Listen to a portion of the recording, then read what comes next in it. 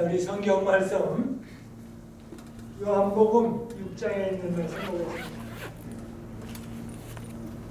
요한복음 6장 12절부터입니다. 요한복음 6장 12절부터입니다. 저희가 배부른 후에 예수께서 제자들에게 이르시되 남은 조각을 거두고 버리는 것이 없게 하라 하시므로 이에 거두니 보리떡 5개로 먹고 남은 조각이 12바구니에 찼더라. 그 사람들이 예수의 행하신 이 표적을 보고 말하되 이는 참으로 세상에 오실 그 선지자라 하더라. 그러므로 예수께서 저희가 와서 자기를 억지로 잡아 임금 삼으려는 줄을 아시고 다시 혼자 산으로 떠나가시니라. 우리 잠깐 기도하시겠습니다. 하늘에 계신 하나님 아버지, 저희들에게 안식일을 허락하사 말씀을 상고하고 심신이 주의 안에서 휴식을 취할 수 있도록 도와주셔서 감사드립니다. 그리고 말씀을 연구함을 통하여 참된 부흥이 있게 하시고 예수님의 생명이 저희의 생명이 되게 인도해 주옵소서. 예수님의 이름으로 기도합니다. 이번 우리 3기 과정책 제목이 부흥과 개혁입니다. 그리고 이 과정책을 쓰신 분은 대청에 계신 우리 막 핀니 목사님이십니다. 그런데 여기 3기 과정책을 쭉 보면 내용은 간단합니다. 첫째는 말씀 연구, 두 번째는 기도, 세 번째는 전도, 네 번째는 한 가지 이제 붙이면 올바른 삶. 그러고서 이제 자세한 걸 붙이고 있습니다. 오늘은 그런데 말씀에 대해서 과정 공부를 하지 않았습니다. 그 다음에 다른 걸 먼저 했습니다. 그런데 이 말씀에 관한 공부가 세 번째 안식일 날 하는데요. 영어로는 뭐라고 써있냐면 파운데이션이라 그랬습니다. 즉 부흥과 개혁의 기초, 기반은 뭐다? 말씀입니다. 그래서 이 말씀을 거기다가 바람을 집어넣어 가지고 확 태워야 합니다. 그런데 이 장작에다가 바람을 집어넣지 않으면 장작이 안 탑니다. 그래서 바람을 집어넣습니다. 그래서 바람 집어넣는 걸 기도라. 그래서 장작에다가 말씀입니다. 바람을 집어넣습니다. 기도합니다. 그리고 불이 붙습니다. 불이 붙는 건 뭡니까? 성령께서 역사하실 때 불이 붙습니다. 그렇게 되면 그 위에 프라이팬을 놓든지 가마솥을 놓든지 뭘 놓고 요리를 하면 요리가 참 잘 됩니다. 그래서 이 부흥과 개혁이라 이 말씀은 말씀을 연구하고 기도하고 성령께서 역사하시면 마음이 뜨거워져서 뭐합니까? 전도하고 삶이 바뀌어집니다. 그러면 하나님께 영광을 돌리게 됩니다. 그래서 맨 나중에 뭡니까? 13과에 하나님께 영광을 돌린다. 이게 제3기 과정책의 총 제목이요 내용입니다. 이제 오늘 요한복음 6장을 찾았는데요. 예수님의 생애도 사람들이 정리할 때 아주 복잡합니다. 그런데 아주 간단합니다. 예수님께서 30세에 가을에 침례받으셨습니다. 그리고 한 6개월로는 뭡니까? 서론적인 삶을 사셨습니다. 그리고 첫 번째 6월절에 올라가셔서 성전을 제일 첫 번에 아버지 집을 정결케 하십니다.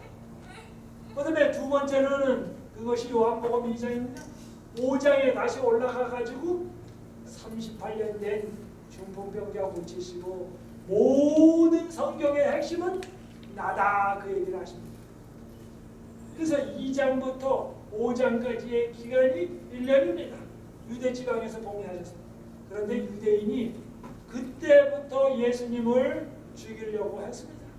그래서 예수님이 갈릴리로 피신하셨습니다.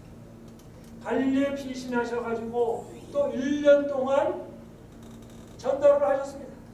그런데 갈릴리에서는 또 헤롯이 예수님을 죽이려고 합니다.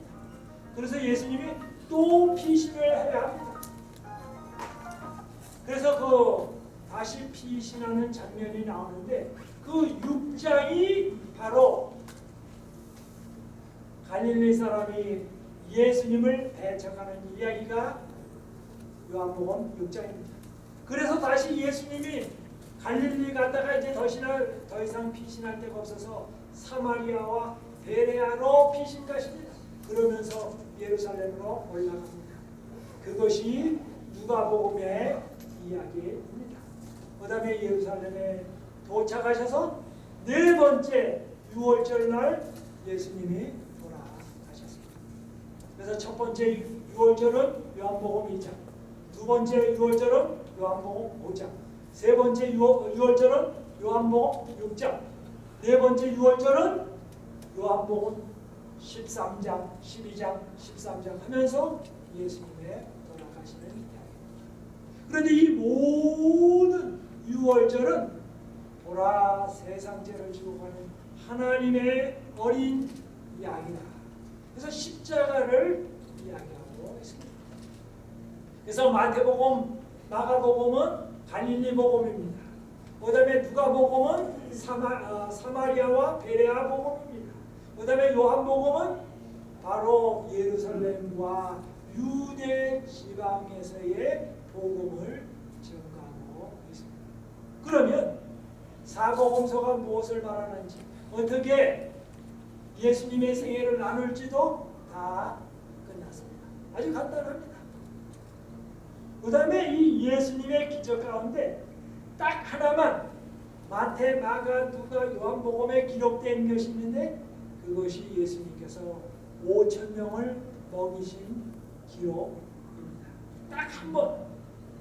다른 거 없습니다. 그거밖에 없습니다. 그런데 그것이 왜 그렇게 중요할까요? 오늘 제가 말씀드린 대로 뭐냐면 부흥과 개혁이라고 했습니다.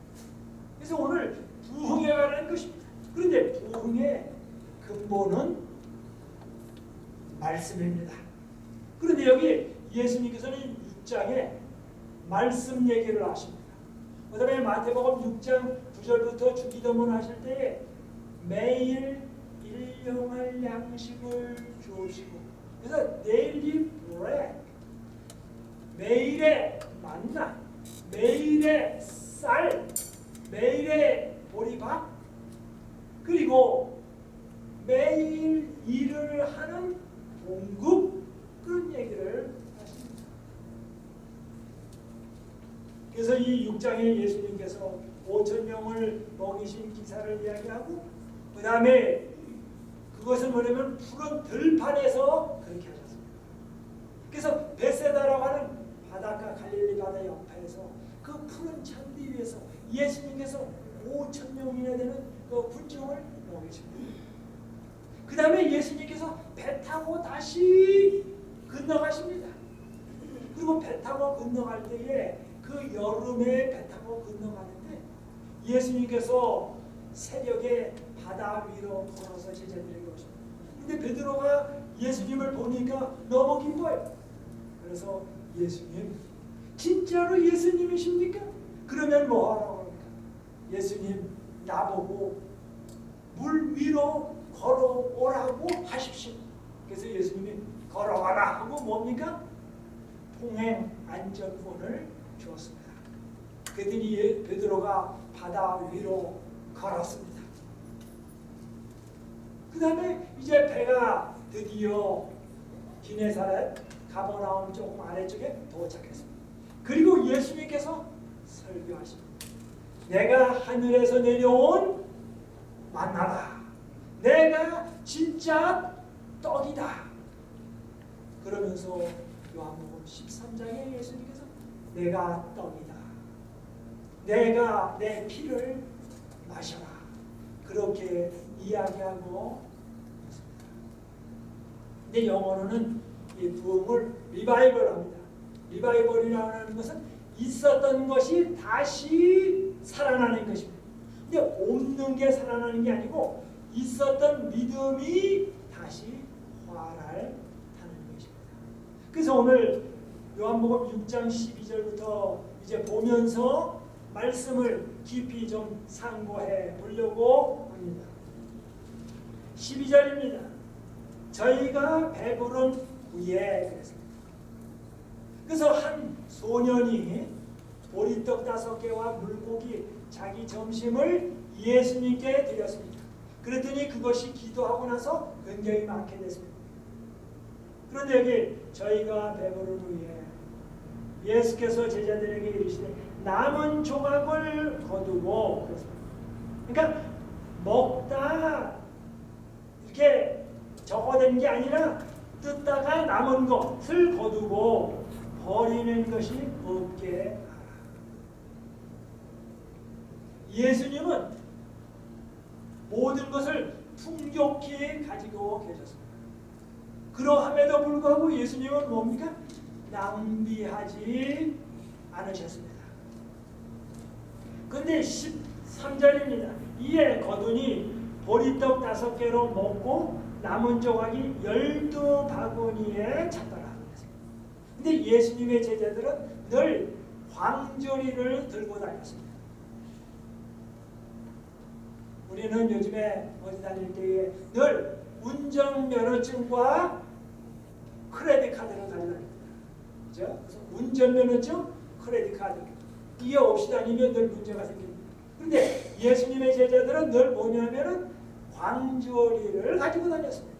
그 이유는 만약의 경우 이방 동네에 갔을 때에 레위기 11장에 어긋나는 음식을 가져오면 문제가 되니까 정결해야 되니까 늘 유대인이 쓰는 정결한 음식을 가지고 다니려니까 바구니를 들고 다녔습니다. 그런데 여기 뭐라고 하냐면 이에 거두니 보리떡 5개로 먹고 남은 조각이 12바구니에 찼다. 몇 바구니요? 12바구니. 이스라엘 지파는 12지파입니다. 예수님의 사도는 12사도입니다. 하늘의 문은 12문입니다. 그래서 12이라고 하는 숫자는 이스라엘 말에서 완전하다, 모든다라는 말입니다. 그래서 집에 있는 사람들, 예수님의 기적을 보지 못한 사람에게 12바구니로 나눠주면 결국 예수님의 잔치에 와서 먹은 모든 사람이 먹고 집에 있는 모든 이스라엘 권속도 다 먹게 됩니다. 그러므로 예수님의 잔치에 참석했던 사람, 참석 못했던 사람 할 것 없이 모든 사람이 예수님의 기적을 체험하게 되는 것입니다.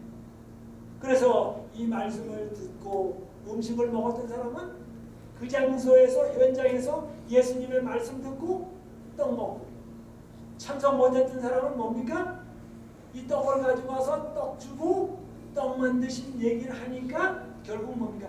떡과 설교를 듣게 됐습니다. 그러니까 여러분이 성경을 읽으실 때 떡이 남았는데 이것저것 뭔지도 묻고 뭐 이렇게 하는 데마다 남은 거 있는데 그거 그냥 모아서 버리기 뭐하니까 갖다가 그냥 뭐예요? 먹어라. 그게 아닙니다.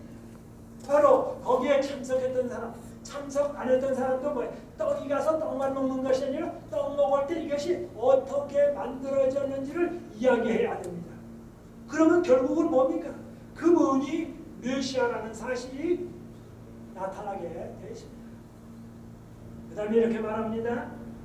그 사람들이 예수의 행하신 이 표적을 보고 말하되 이는 참으로 세상에 오실 그 선지자라 하라. 여기 세상에 오실 그 선지자, 그냥 선지자가 아니라 그 선지자, 모세가 예언한 선지자. 모세가 뭐라고 말하냐, 나와 같은 선지자를 하나님께서 일으켜 세우신다. 그래서 나와 같은 선지자는 누굽니까? 메시아를 세우신다. 그런데 구약의 모세는 40년간 하나님께 간구함을 통하여 이스라엘 사람들을 만나러 보냈습니다. 그런데 그 선지자가 오시면 뭡니까? 또 만나를 주지 않을까? 그래서 사람들은 생각하기를 메시아가 오면 우리에게 뭐예요? 만나를 주실 것이다. 그런 생각이 잔뜩 있었습니다. 그런데 뭡니까? 예수님께서 오셔서 죽은 자도 살리시고 병자도 고치시고 지금 군중을 먹이시니까 뭐라고 말합니까? 진짜로 메시아다. 지금 그렇게 얘기를 합니다. 그런데 차이가 있습니다. 구약 당시에는 만나를 아침에 거둘 때는 아침에만 거둬야 합니다. 조금 지난 다음에 거두면 사그러져 없어버립니다. 그리고 만나는 이걸 갈고 맷돌에 갈고 또 프라이팬에다 볶고 지지고 해서 요리를 해서 먹었습니다. 그런데 그 선지자가 왔더니 그 선지자는 뭐 할 필요가 없습니까? 아침에 거둘 필요가 없고 맷돌로 갈 필요가 없고 볶고 지지고 프라이팬에다가 삶고 할 필요가 없이 뭡니까? 그냥 젓갈로 먹기만 하면 되는 만나를 주신 겁니다. 와, 진짜 그 선지자가 좋다. 그 다음에 이렇게 말합니다. 그러니까 16절입니다. 15절입니다. 그러므로 이제 그 모든 얘기 다 끝났습니다. 예수께서 저희가 와서 자기를 억지로 잡아 임금 삼으려는 줄을 아시고, 억지로. 예수님은 경선에서 왕하라고 안 하셔. 그러니까 뭐해요? 이제는 예수님 그럴 필요 없이 강제로라도 예수님 임금으로 선포하고 예수님 모시고 뭐해요?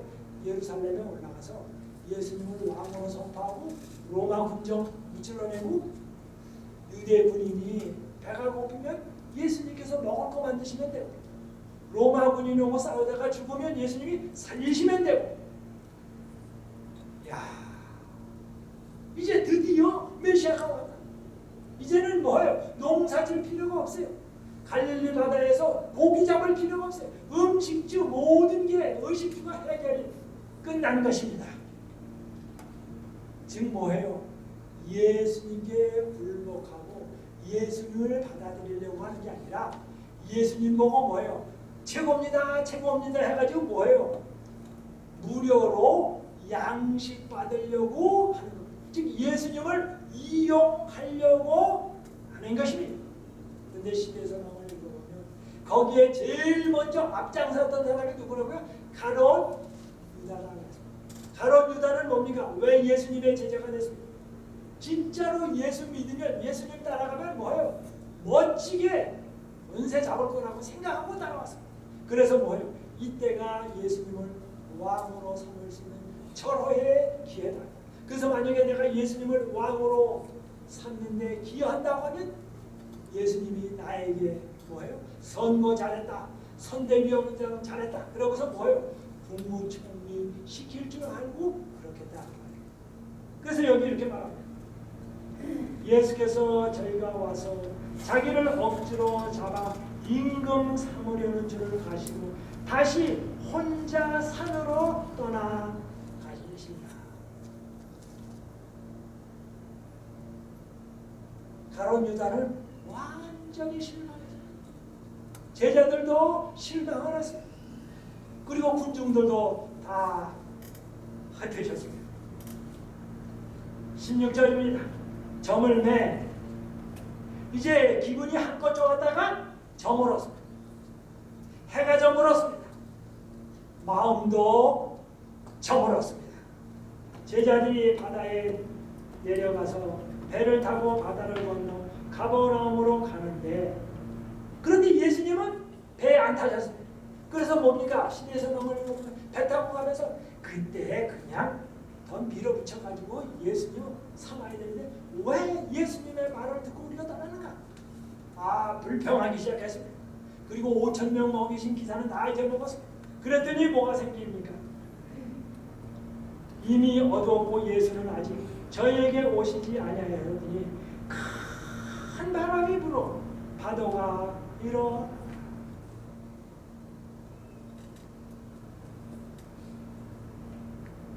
19절입니다. 제자들이 노를 저 12월이쯤 가다가 예수께서 바다 위로 걸어 배에 가까이 오심을 보고 두려워하고. 그런데 이제 마태복음이나 마가복음, 누가복음 이게 다 나옵니다.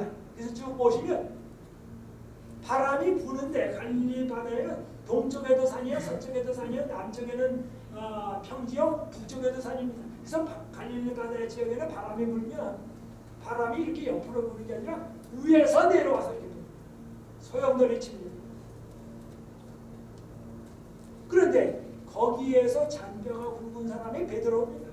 고기 잘합니다. 파도와 잘 싸워 이깁니다. 수영도 아주 잘합니다. 그런데 뭡니까? 이번 풍랑은 얼마나 심한지 배도 망가질 뿐만 아니라 모두가 다 죽게 됐습니다.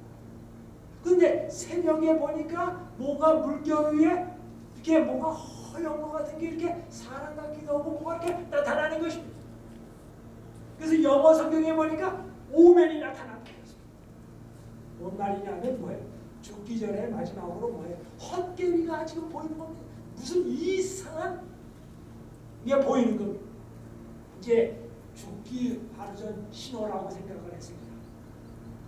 그런데 예수께서 바다 위로 걸어 배에 가까이 오십니다. 그런데 예수님인지 몰랐습니다. 그런데 예수님이 뭐라 하면 나다 그랬습니다. 그랬더니 베드로가 진짜이기에는 너무 좋아.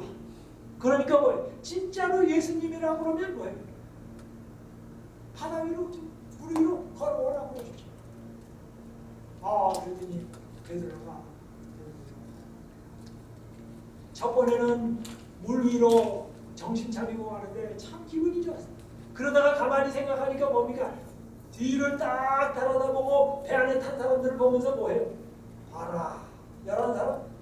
나는 12번째인데 얼마나 젊냐 지금 물 위로 걸어간다 그러면서 참 뽀르내는 거예요. 그러면서 누구를 보지 않습니다. 예수를 보지 않습니다. 그리고 자랑을 합니다. 그런데 다리가 점점 물속에 빠져들어가는 것입니다. 빠져들어가면서 풍랑이 치니까 예수님이 안 보이는 것입니다. 예수님이 안 보이고 물에 빠져들어가는 걸 보니까 죽겠구나 생각을 하고 겁에 질렸습니다. 그때의 예수님께서 예수님한테 소리를 예수님 기도하는데 뭐냐면 살려주세요. 간단합니다. 그랬더니 예수님이 오셔서 손을 잡으시고 왜 믿음이 작은가.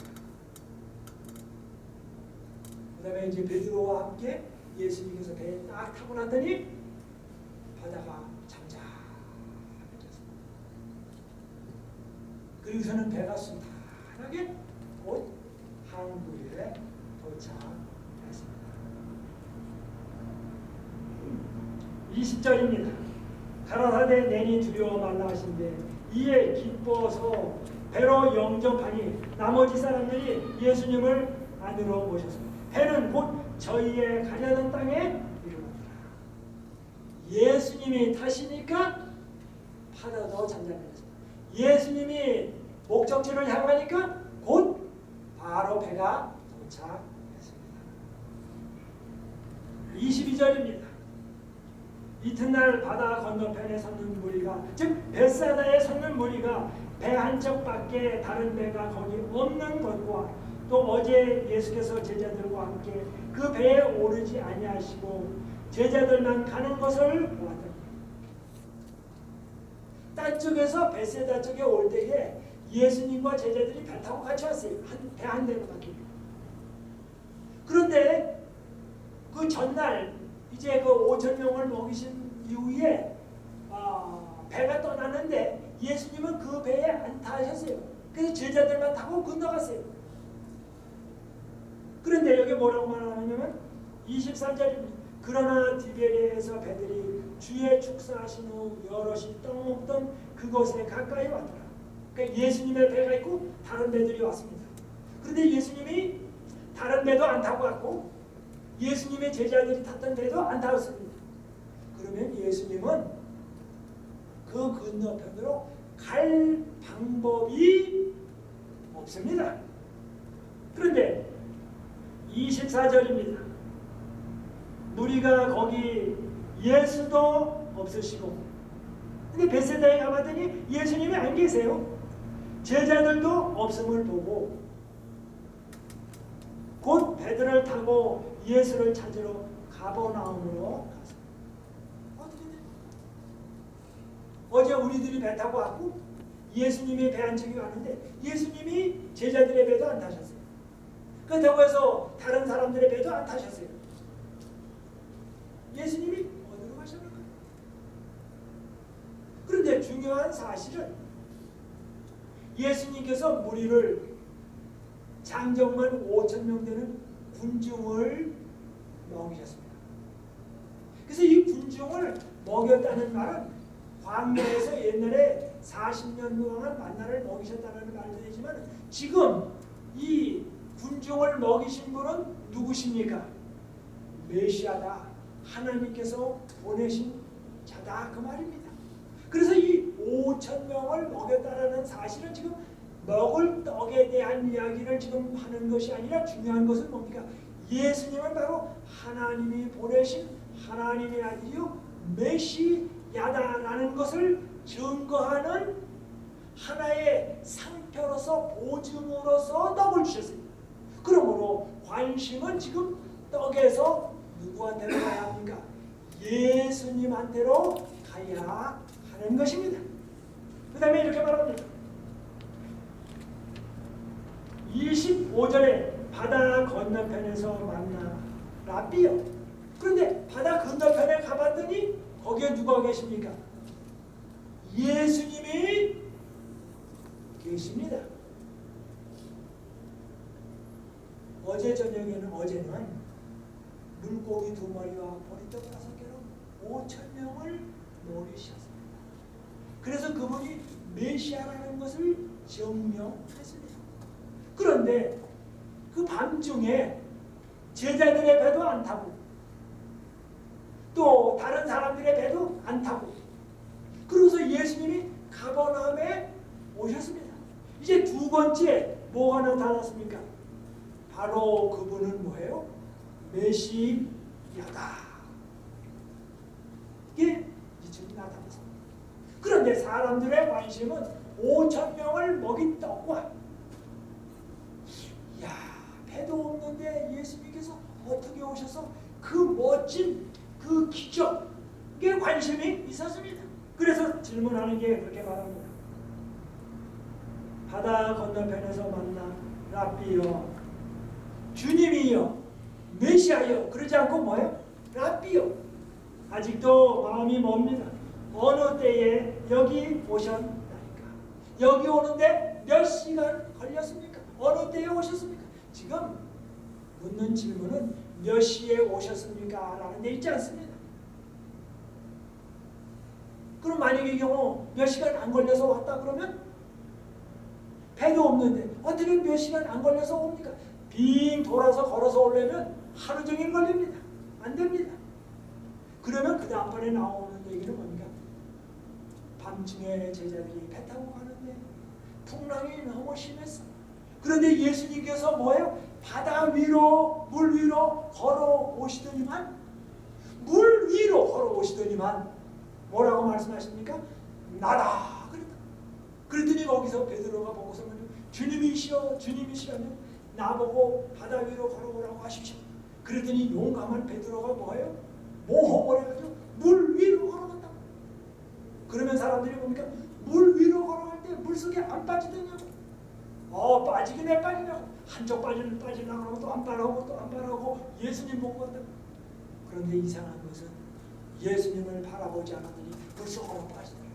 그래서 주님 살려주십시오 했더니 주님이 손잡고 배를 딱 타더니만 타는 순간에 파도가 잠잠해졌다. 그리고도 잠잠해지고 눈 뜨고서 이렇게 보니까 무슨 뭐예요? 항구에 도착했다. 그런데 이런 이야기를 제자들 통해서 다 듣고 알고 있습니다. 그런데 뭐예요? 제자들이 하는 얘기 말고 직접 예수님 좀 한번 스릴 있게 말씀 좀 해주십시오. 그렇게 지금 묻는 겁니다. 그런데 예수님이 이야기를 듣자마자 뭐예요? 그래, 내가 어제 저녁에 어떻게 했는지 가르쳐주마. 그 얘기 하나도 안 하십니다. 예수님은 듣기는 다 들으시지만 아무 반응이 없으십니다. 왜요? 이 사람들의 관심은 5,000명을 먹일 때 얼마나 많이 먹었을까? 그리고 바다를 잠잠하게 어떻게 했을까? 이거에 관심이 있었지. 바로 바다를 만드시고 온 우주를 다스리는 예수님 그 근본 메시아를 생각 안 했어요.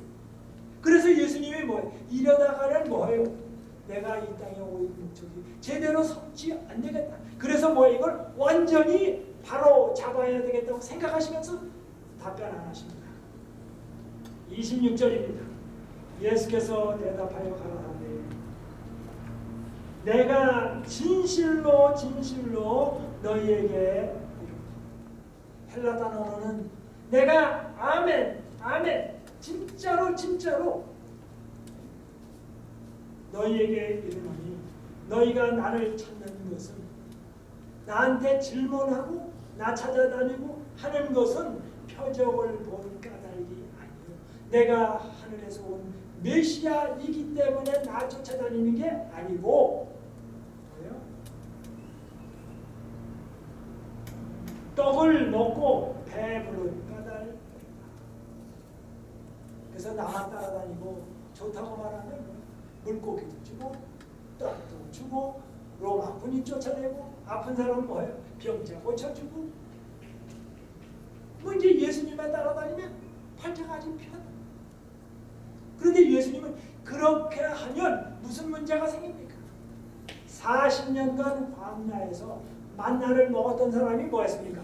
만나 먹고 죽었습니다. 5,000명을 먹이신 기세에서 떡을 먹고 사람들이 살다가 어떡합니까? 죽습니다. 오늘날 우리도 직장에 나가서 일하고 또 이러고 돈을 벌어요. 근데 그 정도에서만 끝나면 우리도 죽고 끝이 납니다. 예수님은 그 정도에서 만족하지 않으셨어요. 뭐예요? 영원히 사는 게 예수님의 근본 목적이야. 그래서 이렇게 말합니다. 나를 찾는 것은 표적을 본 까닭이 아니요 내가 메시아이기 때문에 따라온 것이 아니요 떡을 먹고 배부른 까닭이라.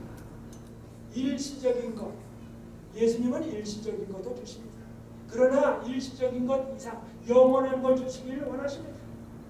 27절입니다.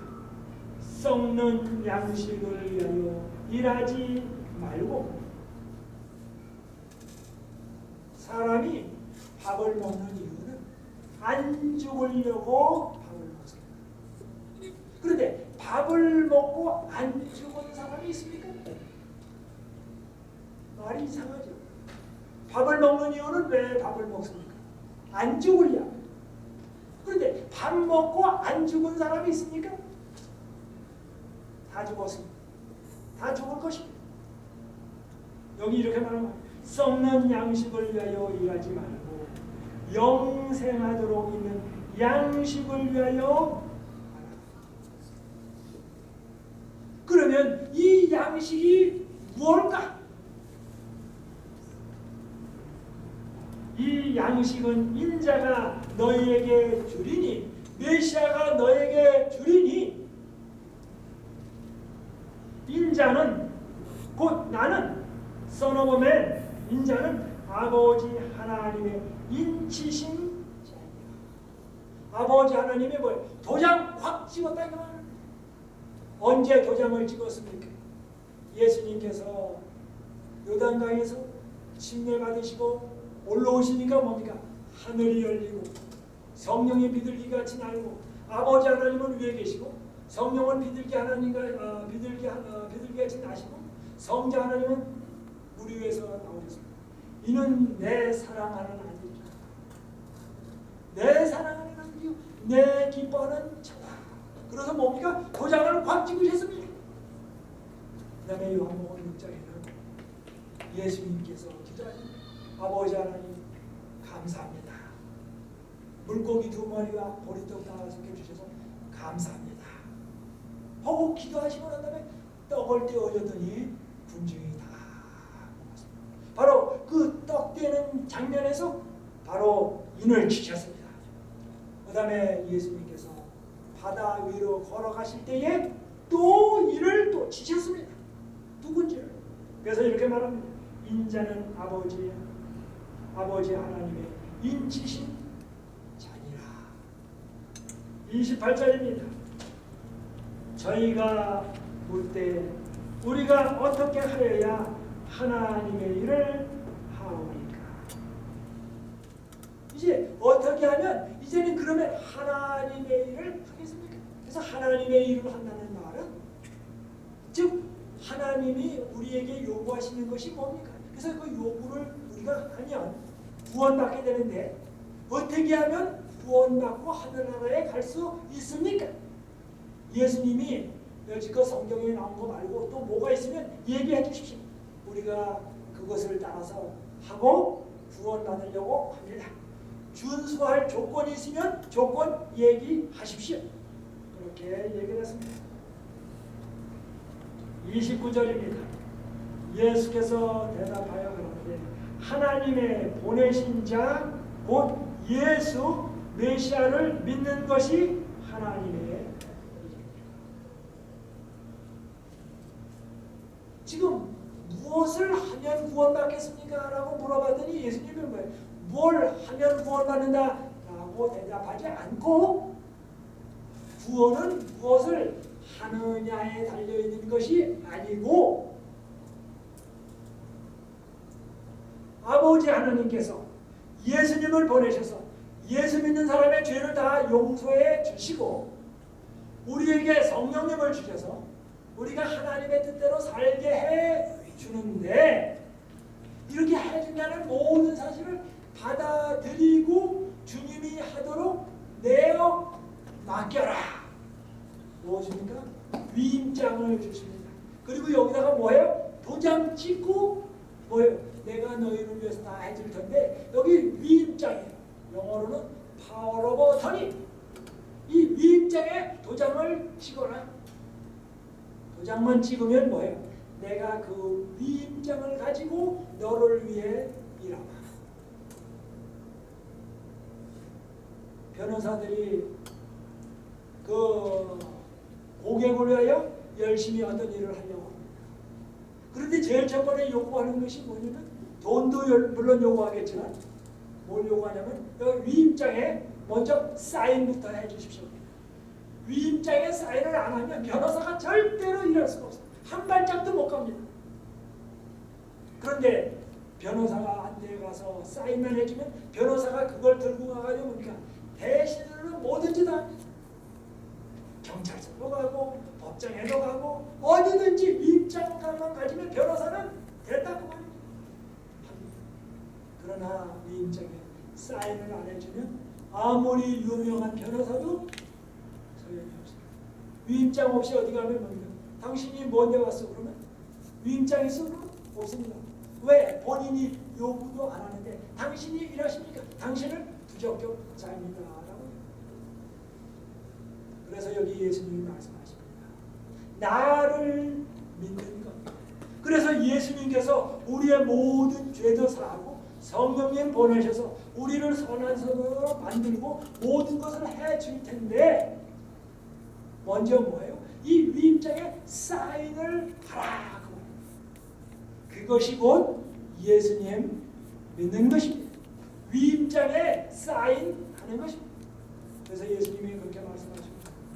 곧 하나님의 보내신 자를 믿는 것이 이 위임장에 사인을 하는 것이 하나님의 일입니다. 그러면 뭐예요? 하나님이 나머지 일 모든 것 다 하실 텐데 그걸 받아들여라. 예수님과의 관계 정상. 그래서 예수님 믿고 따라갈 때 죄를 짓습니다. 죄를 용서해 주십니다. 그리고 성령께서 우리 마음 가운데 역사하십니다. 뭐 할 때만? 예수님을 영접하고 받아들이고 예수님을 주님으로 모시고 그 위임장에 사인할 때만이. 사인 안 하면 예수님이 십자가에 달려 돌아가신 거고 나하고는 상관이 없습니다. 성령께서 오셔서 역사하려고 해도 역사할 수가 없습니다. 왜요? 허락을 안 했기 때문에. 그래서 예수님을 믿지 않으면 예수님이 십자가에 달려 돌아가셔서도 내 죄를 용서할 수가 없습니다. 우리가 예수님을 깊이 영접하지 않으면 성령께서 우리 가운데 오셔서 우리의 성품을 변화시킬 수도 없습니다. 하늘나라를 주실 수도 없습니다. 하늘나라를 주셔도 뭐예요? 내가 원치 않는다고 하는데 왜 하늘나라 보내십니까? 그러니 하늘나라도 줄 수가 없습니다. 그래서 너희가 딴 일을 하려고 하지 말고 주님의 일을 하시도록 뭐예요? 길을 더 달라라고 말씀하라고 하십니다. 이런 이야기를 하면서 6장에 이제 조금 더 나가다가 예수님이 그렇게 말씀하십니다. 내가 하늘에서 내려온 떡이다. 그래서 나를 믿는 사람은 영원히 살겠다. 그러더니 사람들이 그렇게 말하고 어렵도다. 그러면서 한 사람 두 사람씩 떠나가기 시작했습니다. 바깥 옆에 저 쌀이 있을 때 쌀이죠. 쌀이 있으면 참새가 쫙 나갑니다. 그래서 참새가 왔다가 그 쌀들이 다 먹고 나면 참새가 오니까 호롱 다 날아갑니다. 지금 물고기 2마리와 보리 5개로 큰 잔치를 했습니다. 그랬더니 사람들이 다 와서 먹고 예수님을 메시아로 하면서 왕으로 삼으려고 했습니다. 그런데 예수님이 뭐라고 말씀하십니까? 내가 40년 준 그 만나 말고 매일 만나 말고 영원한 만나 좀 줄게. 그랬더니 뭡니까? 영원한 생명을 싣고 그러면서 다 날아가버려. 가만히 보니까 12 제자의 마음도 왔다 갔다 흔들립니다. 예수님이 안 되겠어요. 그래서 다짜고짜 물으십니다. 베드로한테 물으십니다. 너희도 떠나가려느냐? 그랬더니 베드로가 뭡니까? 이제 대변인 역할로 주는 그리스도시요 살아계신 하나님의 아들인데 어디로 갑니까? 그런 건 안 됩니다. 그랬더니 예수님께서 이 반석 위에 내가 한 말 위에 나의 교회를 세우리라. 그렇게 말씀하셨어요.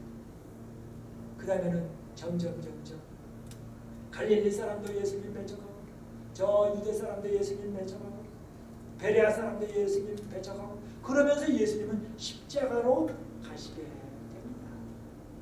결론은 그것입니다.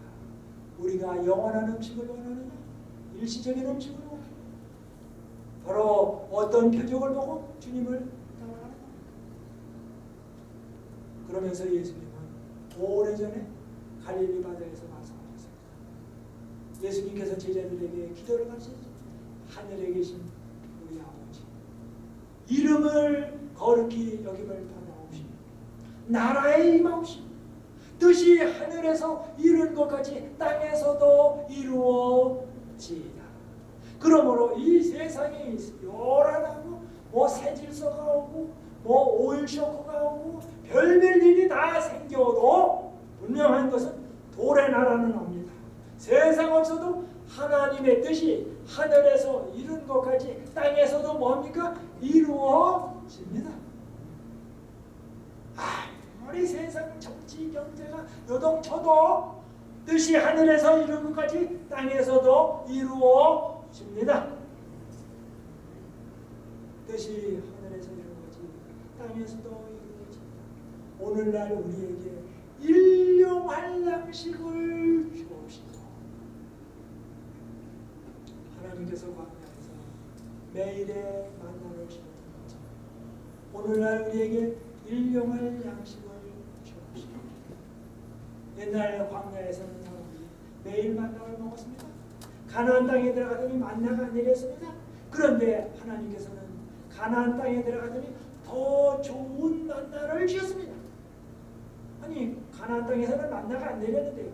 바로 만나보다 더 좋은 포도, 사과, 그 다음에 뭡니까? 각종 과일과 석류와 대추야자를 주셨습니다. 그 다음에 뭡니까? 만나, 더 좋은 만나. 그 다음에 뭡니까? 하늘에 들어가는 영원한 만나를 예수님은 주시려고 하십니다. 오늘날 하나님 주님께서는 우리에게 만나를 주십니다.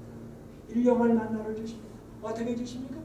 회사에 직원에 가서 열심히 일하면 주급 받아오시고, 어떤 사람은 월급 받아오십니다. 주급과 월급은 현대판 만나입니다. 주님께서 우리에게 건강 유지시켜 주시고 직장 생활 잘하게 하시고 힘 주시고 호흡 안 주시면 여러분 봉급 못 받아옵니다. 그러므로 여러분 봉급 받아오실 때 그건 뭡니까? 현대판 21세기에 하나님께서 주신 만나라고 생각하십시오.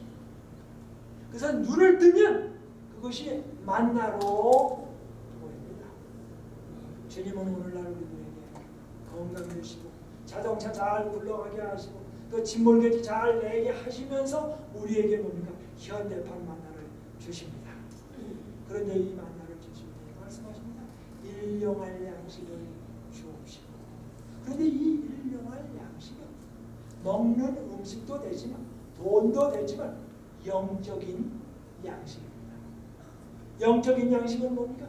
하나님의 말씀, 예수님의 말씀. 그래서 예수님의 말씀을 받아들여서 소화가 돼서 매일 아침 말씀을 읽는 것은 곧 만나를 먹는 것입니다. 에덴 동산에서 아담과 하와가 생명과를 먹었습니다. 그래서 생명과를 먹는 동안에는 죽음이 올 수가 없었습니다. 그런데 우리 주의 복음 성경, 우리 주의 복음 성경 있죠? 우리 안식일교에서 만들어낸 성경. 그 성경 요한복음 6장을 찾아봤더니 그 밑에 뭐라고 말하냐면 매일매일 우리가 말씀을 읽고 연구하는 것은 뭐예요? 현대의 생명과를 먹는 거나 마찬가지다. 그렇게 얘기합니다.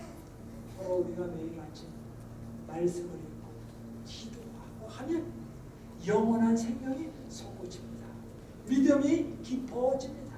그것이 곧 생명과일을 먹는 거나 마찬가지입니다. 그리고 매일의 양식을 먹는 것이나 마찬가지입니다. 그렇게 되면 우리는 첫 번째 만나도 먹고 두 번째 만나도 먹고 세 번째 만나도 먹게 되는 것입니다. 사랑하시는 성도님 여러분, 부흥과 개혁은 말씀 연구에 있습니다. 매일 아침 말씀을 상고하는 말이고 하나님께서 주시는 만나를 흡족하게 먹게 되기를 바라면서 말씀을 마치겠습니다. 다 같이